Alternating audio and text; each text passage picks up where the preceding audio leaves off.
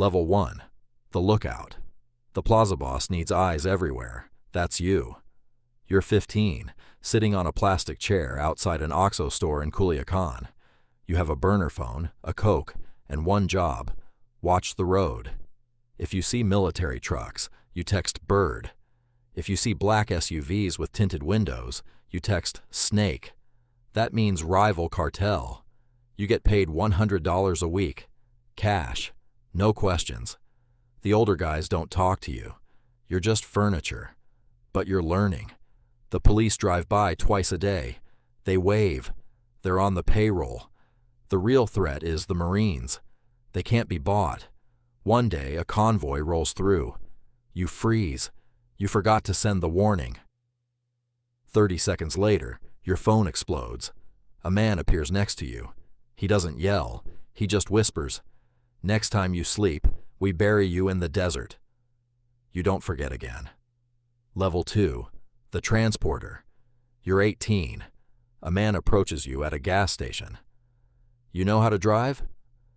Tomorrow, 5 a.m. warehouse on the south side. You show up. There's a white semi-truck loaded with watermelons. Underneath the floor, welded into the steel, are 500 kilos of methamphetamine. Your route, Sinaloa to Tijuana. 8 hours. If you get stopped, you get 20 years in prison. If you make it, you get $3,000. You drive. Every headlight in your rearview mirror makes your stomach drop. But you make it. Men unload the truck, hand you a thick envelope, and walk away. You're making more in a month than your father made in 10 years, before the cartel took his land. You stop being scared. That's when you get sloppy. Your cousin gets arrested at a checkpoint. 20 years in Altiplano prison. The cartel doesn't send lawyers. They just find another driver. Level 3. The collector. You've been driving for 2 years. No arrests, no accidents. Now they hand you a pistol and a list of addresses. You're a collector. Every business in town pays a tax. It's not optional. A taco stand pays $200. A pharmacy pays $1,500. A nightclub pays $10,000. You go door to door. Most people pay quietly, but a restaurant owner tells you business is slow and asks for time. You nod and leave. At 2 a.m., you come back with 3 guys. You smash every window, destroy the kitchen, and leave the owner bleeding on the floor.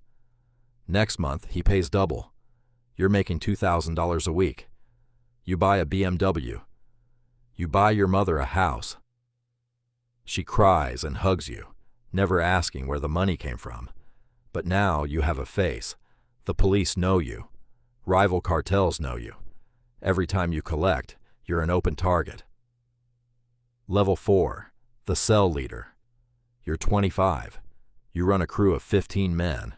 Your job: move product and hold territory. The cartel supplies you with 200 kilos of cocaine a month. You distribute it, send the cash up the chain, and keep 10%. That's $80,000 a month in your pocket. You're also security. When CJNG tries to push into your plaza, you don't call the police. You load 6 guys with AK-47s into a truck, roll into their safe house, and open fire. 12 people die. It makes national news. The governor promises justice, but his campaign was funded by your boss. Nothing happens. You have a mansion and a pool, but your men are reckless teenagers getting high on their own supply. When they mess up, you have to beat them or put a bullet in them. And the pressure from above never stops. The boss wants more money. If you don't deliver, you get replaced. Permanently. Level 5. The regional commander. You control an entire city. 5 cell leaders report to you. You move in armored convoys with armed guards. You carry a gold-plated pistol you never even fire. Your job is strategy. The cartel wants to take a new border city. You bribe the local police chiefs to look away. You send 40 men in at 3 a.m., eliminate the rivals, and hang banners from the bridges. This city belongs to us. You launder millions through car washes, restaurants, and real estate. You make $200,000 a month. But the DEA has your phone tapped. You communicate only through handwritten notes. You fight on 3 fronts. The government wants you locked up, rivals want you dead, and your own lieutenants want your position. You sleep 3 hours a night with a rifle by your bed. You don't trust anyone, not even your brother. Level 6. The Plaza boss. You run the entire state. Every shipment, every bribe, every assassination goes through you. 800 men answer to your name. You make $20 million a month for the cartel. But you are a ghost. No social media, no photos. You live in a mountain fortress behind 20-foot walls and armed guards. You don't do violence yourself. You do politics. You meet with governors and generals. You hand them a briefcase with $2 million.